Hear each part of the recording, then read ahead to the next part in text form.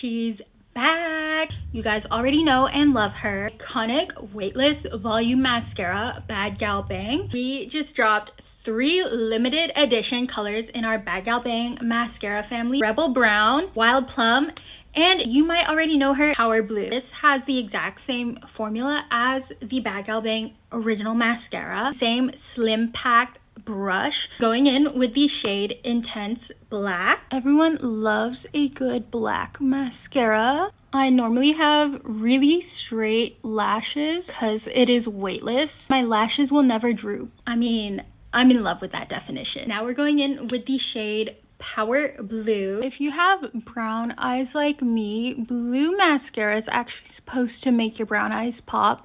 Brown is essentially just dark orange, and blue is a complementary color to orange. So it's really going to contrast with the browns in your eyes. How gorgeous is this? This is perfect for a pop of color. Going in with the shade Wild Plum. Shade is supposedly the best on green or hazel eyes. Red is opposite to green on the color wheel, so it's going to make that color pop.